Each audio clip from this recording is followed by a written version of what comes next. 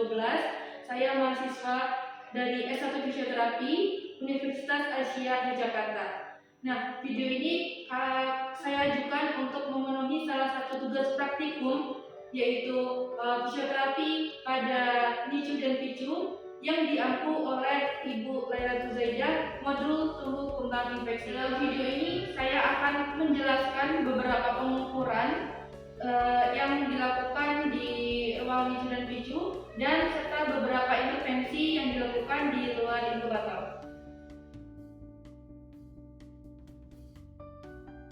NICU atau Neonatal Intensive Care Unit dan PICU atau Pediatric Intensive Care Unit adalah ruang perawatan intensif untuk bayi di mana usia 28 hari dan anak-anak yang memerlukan pengobatan khusus guna mencegah dan mengobati terjadinya kegagalan organ vital akibat proses kelahiran atau proses setelah dilahirkan. Ada beberapa alat ukur yang digunakan untuk mengetahui apakah kondisi anak setelah lahir cukup baik atau normal atau kurang baik sehingga membutuhkan perawatan NICU atau PICU.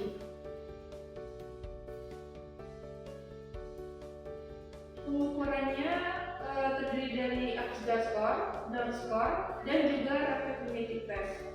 Nah, yang pertama yaitu Apgar score. Apgar score ini bertujuan untuk memeriksa kemampuan bayi baru lahir untuk beradaptasi di lingkungan luar lahir. Nah, Apgar score ini dilakukan 1-5 menit setelah bayi lahir, di mana dalam nilai Apgar score ini nilainya itu ada 0, 1, dan 2. Nah, semakin tinggi nilai Apgar score ini berarti semakin baik kondisi bayi ini, di mana Apgar score ini terdiri dari A, P, G, A, dan R, di mana A yaitu activity atau aktivitas tonus otot, dan P itu pulse atau denyut jantung, kemudian G, grimace atau respon dan refleks dari bayi, kemudian A itu appearance atau penampilan, kemudian R itu respiration atau pernafasan. Untuk A yang pertama, aktivitas tonus, nilai 0 itu dikatakan nilai 0 apabila tidak ada gerakan pada bayi. Dikatakan nilai 1 apabila lengan dan kaki bayi tertekuk dengan sedikit gerakan.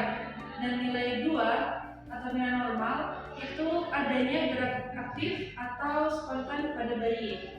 Kemudian P atau pulse atau denyut jantung dikatakan nilai 0 apabila tidak ada denyut nadi atau denyut nadinya itu lemah. Dikatakan nilai 1 apabila denyut jantungnya kurang dari 100 kali per menit. Dikatakan nilai 2 apabila denyut jantungnya itu lebih dari 100 kali per menit. Kemudian G atau grimace atau respon dan refleks bayi ini dikatakan nilai 0 apabila tidak ada respon pada bayi. Dikatakan nilai 1 itu apabila respon hanya ada gerakan di wajah saja. Nah, dikatakan nilai 2 itu adanya respon seperti batuk, bersin, dan juga menangis. Kemudian A yang kedua, appearance, atau penampilan, terutama warna tubuh bayi. Nah, dikatakan nilai 0 apabila kulit bayi itu pucat atau berwarna abu-abu atau biru dan atau adanya cyanosis. Dikatakan nilai 1 apabila warna tubuh bayi ini normal, ujung kakinya dan ujung tangannya itu warnanya abu-abu. Dikatakan nilai 2 atau normal, kulit normal pada bayi itu berwarna pink atau kemerahan. Kemudian R, respiration atau pernapasan, dikatakan nilai 0 apabila tidak ada pernapasan pada bayi, dan dikatakan nilai 1 apabila pernapasan itu terlambat, tidak teratur, dan juga menangisnya itu lemah. Nah, dikatakan nilai 2 apabila pernapasannya itu normal, dan bayi ini menangis dengan kuat.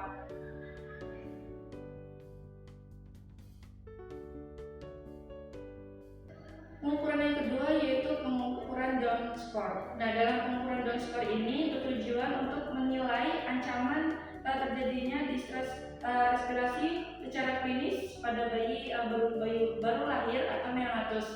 Berbeda dengan Down score.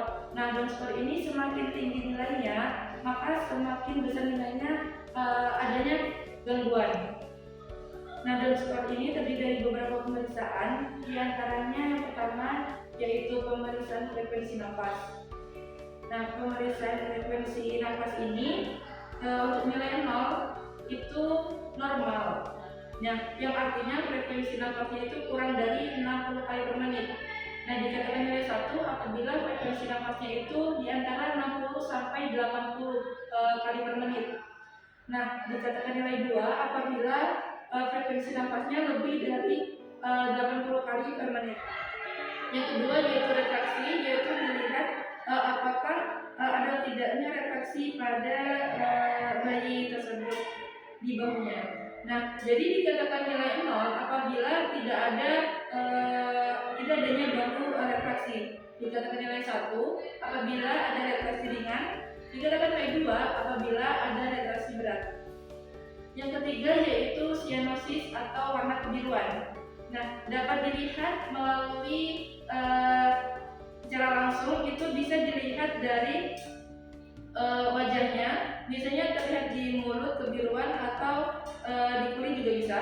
Nah, untuk nilainya dikatakan nilai 0 itu apabila tidak ada cyanosis atau kebiruan, berarti warnanya itu normal, pink atau kemerahan. Nah, dikatakan nilai 1 apabila cyanosis hilang dengan oksigen.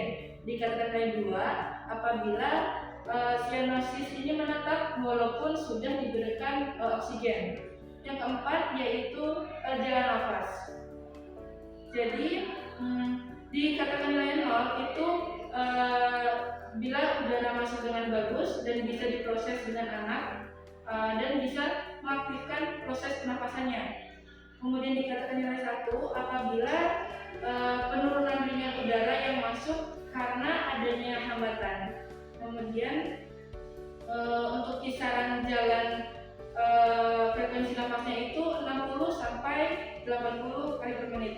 Nah, dikatakan nilai 2 apabila adanya hambatan yang berat sehingga udara tidak bisa masuk. Untuk frekuensi pernapasannya yaitu lebih dari 80 kali per menit.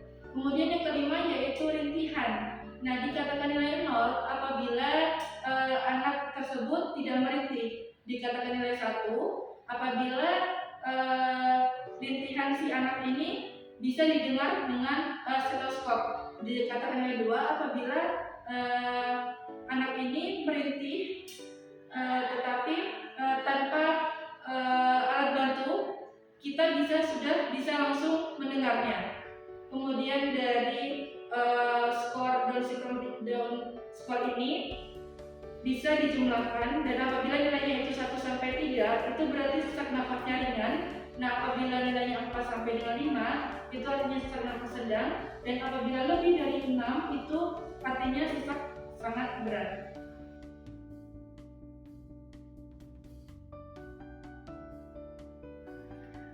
Kemudian selanjutnya yang ketiga yaitu pengukuran refleks primitif. Nah, refleks ini adalah gerakan yang involunter atau tidak disadari. Refleks ini membantu mengidentifikasi aktivitas otak dan saraf yang normal yang menandakan kematangan saraf. Kemudian persiapkan handscoon dan juga masker. Baik, untuk refleks yang pertama yaitu routine refleks. Jadi untuk posisi pasiennya itu melintang di depan fisioterapis seperti ini. Kemudian terapisnya memberikan stimulus di sekitar mulutnya. Nah, kemudian bayi ini akan memberikan respon, yaitu mencari arah dari stimulus yang diberikan oleh terapis tersebut. Nah, untuk refleks yang selanjutnya yaitu shaking reflex. Jadi kita angkat dulu bayinya, kepalanya sedikit.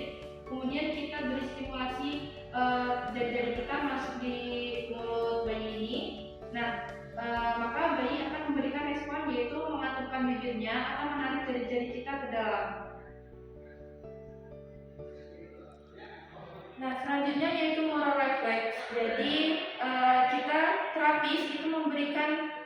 stimulasi berupa tepukan seperti ini, nah maka bayi akan memberikan respon terkejut. Jadi tangannya ini akan fleksi, jari-jarinya akan membuka, kemudian lututnya juga dia akan fleksi. Nah, respon Moro ini menandakan auditorinya bagus, sehingga mampu memberikan respon terkejut akibat dari rangsangan atau stimulus yang diberikan oleh terapis. Selanjutnya yaitu refleks TNF. Jadi, misal kita fleksikan tangan kirinya, maka bayi akan memberikan respon, yaitu dia akan menoleh ke sisi yang berlawanan seperti ini, dan tangan yang sisi kanan dia akan lurus. Nah, selanjutnya yaitu grab reflex. Jadi kita beri stimulus di tangannya seperti ini, maka respon bayi akan menggenggam karena aktivitas otot tonusnya itu bekerja dengan normal. Dan refleks yang terakhir yaitu refleks Babinski. Jadi kita berikan stimulus berupa goresan di telapak kakinya seperti ini. Nah, maka bayi akan memberikan respon, yaitu jari-jarinya akan membuka. Oke, selanjutnya masuk ke intervensi terapi. Jadi intervensi ini dilakukan ketika anak atau bayi itu berada di luar inkubator. Untuk intervensi yang pertama yaitu positioning, yang dimana tujuannya pertama untuk mencegah agar tidak terjadi gerakan. Yang kedua, untuk mencegah terjadinya pola yang menetap dalam posisi tidur hanya terlentang terus-menerus. Untuk positioningnya itu berupa miring kanan dan miring kiri. Yang pertama dilakukan dalam posisi terlentang. Jadi yang pertama itu menggunakan handuk atau kain, lalu digulung seperti ini. Setelah itu diletakkan di sekeliling bayi.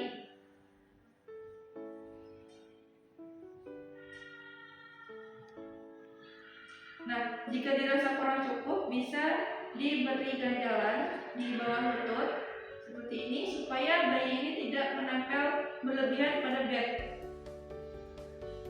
Dan dari posisi ini itu ada tujuannya untuk meningkatkan ROM, terutama pada knee atau lutut pasien. Untuk positioning ini dilakukan selama 2 jam. Selanjutnya positioning dalam posisi miring, untuk caranya itu masih sama, yaitu dengan meletakkan gulungan handuk di sekeliling bayi. Nah, jika ingin memilihkan ke kiri, maka angkat tangan kiri dan kemudian diberikan di sisi kiri bayi. Diberikan ganjalan seperti ini. Nah, ganjalan ini seperti guling yang diberikan di antara kedua kaki. Nah, posisi ini dilakukan selama 2 jam dan juga dilakukan di arah sebaliknya.